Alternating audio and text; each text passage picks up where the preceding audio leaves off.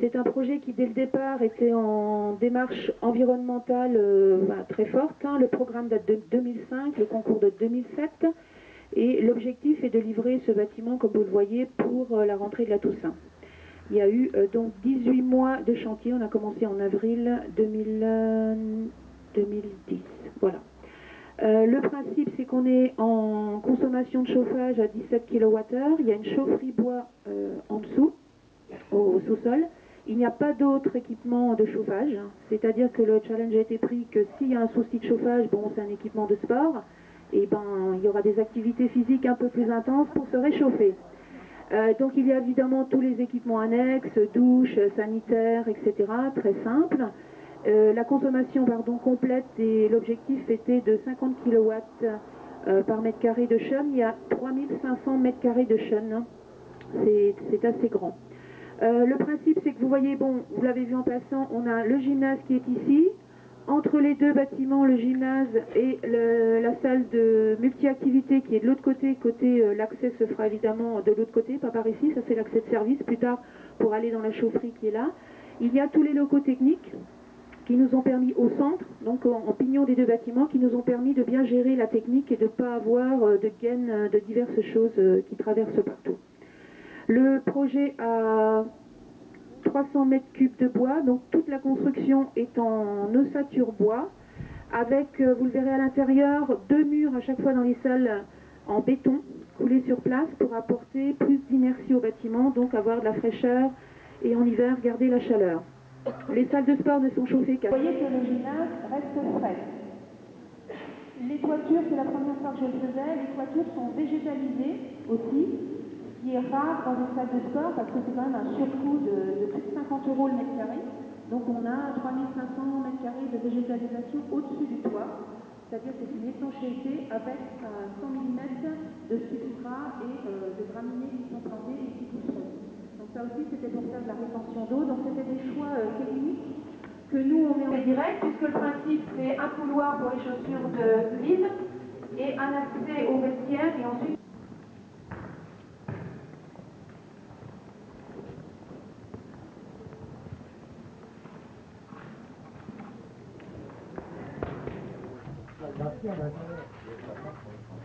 Vous avez vu, on est passé devant l'église de Saint-Joseph, qui a donné lieu à une place qui est devenue un lieu commercial important.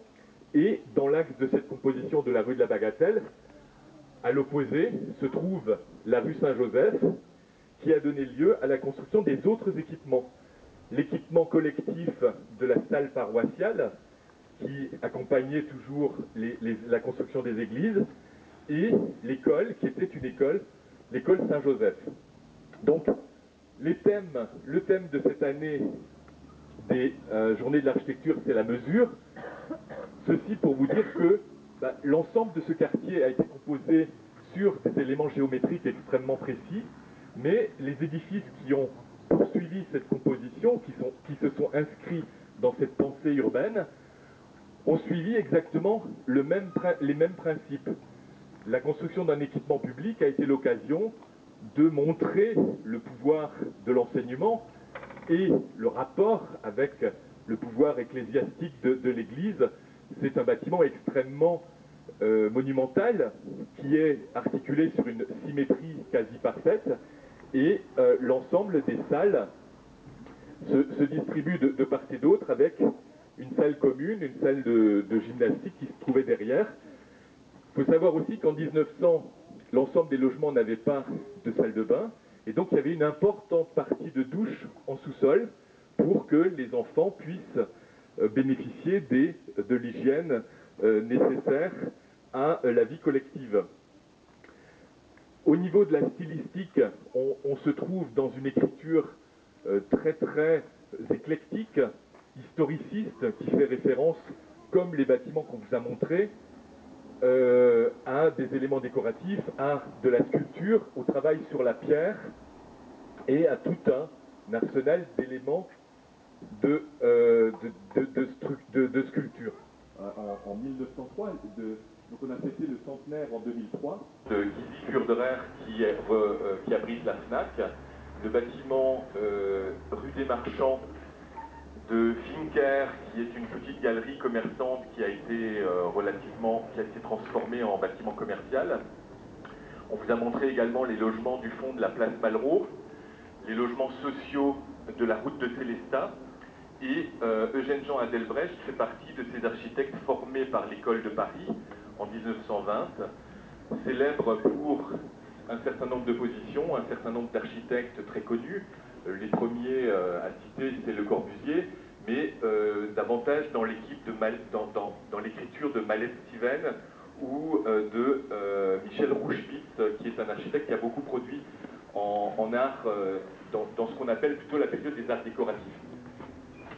J'avais un peu hésité à vous montrer en 1900, 1930, on arrive là en 1950. Le quartier Saint-Joseph qui s'est développé en gros sur 2 hectares, où on voit bien les limites de cette composition urbaine. On passe également entre 1900 ou 1880 et 1918 de 23 000 habitants à 43 000 habitants à Colmar. Là, en 1950, on est de nouveau devant des besoins accrus, d'une part consécutifs à la guerre. La reconstruction s'amorce doucement, la réorganisation administrative et économique de Colmar, et plusieurs projets voient le jour entre l'immédiat après-guerre et les années 50 et 60. Le plus connu, on l'a déjà beaucoup traversé, c'est le quartier Europe, donc la ZUP planifiée par Gustave Stosskopf. Mais avant ça, on vous a montré également toutes les opérations qu'on appelle de rénovation urbaine, qui est due à un architecte colmarien qui s'appelle Duquelard, qui était très engagé dans la vie culturelle colmarienne, qui était le président d'un ciné-club. Et j'aurais bien aimé que Maillard, qui était son collaborateur à cette époque-là, puisse nous dire quelques mots. Il n'est malheureusement pas là.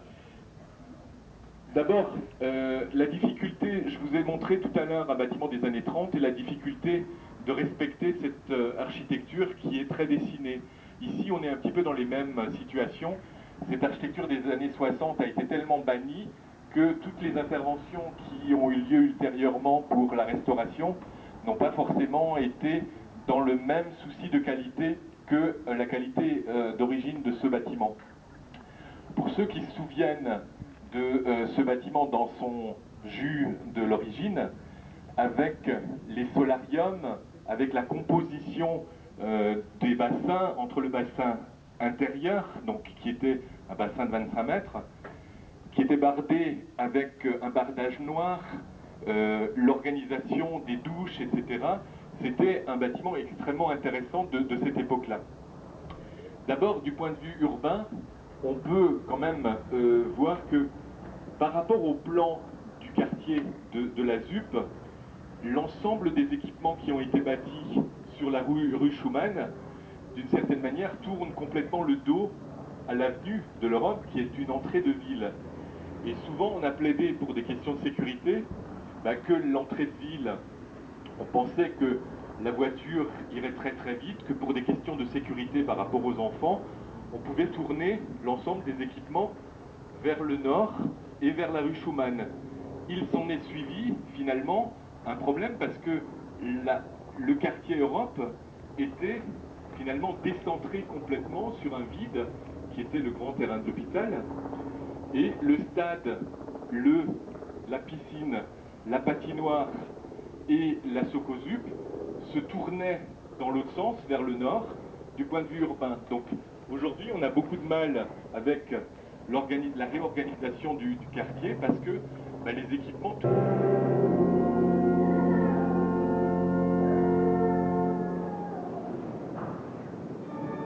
Dans son histoire, c'est la première église en béton d'Alsace et elle vient d'être restaurée.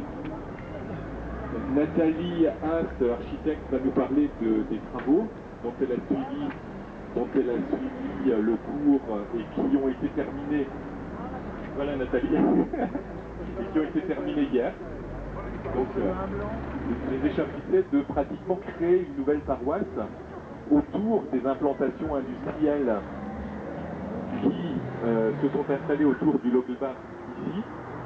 Et il y avait un curé extrêmement dynamique qui était fasciné par une église qui venait de se construire dans la région parisienne. C'est l'église du Raincy de Auguste et Gustave Perret. Auguste et Gustave Perret sont des architectes extrêmement importants qui ont fait la promotion du béton armé parce qu'ils n'étaient pas seulement architectes, ils étaient également entrepreneurs. Et c'est eux qui, quelques années plus tard, construiront en tant qu'entrepreneurs l'hôpital Pasteur de Colmar. Et le curé a réuni l'ensemble des fonds, a créé un conseil de fabrique et il a invité Auguste Perret à venir à Colmar. Et Auguste Perret a fait un projet pour cette église. Un projet d'ailleurs assez ressemblant à ce que nous avons aujourd'hui, puisque le projet d'Auguste Perret n'a pas été construit pour des questions financières. L'entrepreneur qui a chiffré cette église était lui-même entrepreneur et architecte. Des travaux qui ont été effectués. Alors tout d'abord, ce qu'il faut dire, c'est que cette église est pour les chrétiens en particulier. C'est pas le béton qui a souffert en tant que tel, c'est côté poreux, c'est souvent le problème qu'on a avec les bétons évidemment. Mais au final, c'est un défaut de continuité qui a fait effectuer le béton et qui a... On va dire de ce site, c'est qu'on est sur un site dédié donc aux personnes âgées, aux personnes handicapées, et donc le terrain le site était déjà très bâti quand on est arrivé. Il faut imaginer en gros là où il y a les petits bancs et le palmier là-bas, qu'il y avait un très gros bâtiment qui s'appelait les Marronniers, et on a dû construire autour avant de le démolir. C'est la particularité, une des particularités de ce site qui a fait qu'on est arrivé à une forme de bâtiment qui est celle-là peut-être. D'autres solutions étaient possibles parce qu'il y a eu 2 concours d'architecture avant que ce projet soit retenu. Ce que je peux dire, c'est que le programme consiste à regrouper 182 lits, donc 182 personnes, dont une partie dédiée à des Alzheimer. L'ensemble je dirais, on a abordé un petit peu l'ensemble du site, l'ensemble du projet avec cette idée-là, en se disant que de toute façon, on aura de plus en plus à faire à des gens qui sont désorientés, et donc il faut essayer de leur trouver des solutions qui soient simples et qui donnent des repères. Donc malgré la présence de ce bâtiment, on a essayé de proposer une organisation qui soit simple et qui soit repérable donc, pour les endroits. Donc on arrive à des échelles qui sont beaucoup plus raisonnables et évidemment malgré tout il faut arriver à faire que tout ça ce soit bien surveillable puisque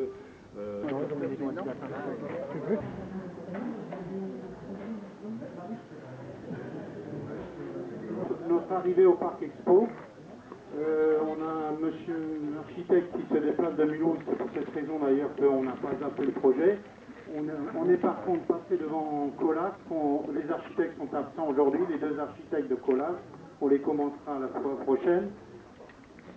Weishaupt, c'est une entreprise qui produit des chaudières à gaz, des pompes à chaleur, de haut de gamme. Et leur siège social, Weishaupt France, est ici à Colmar.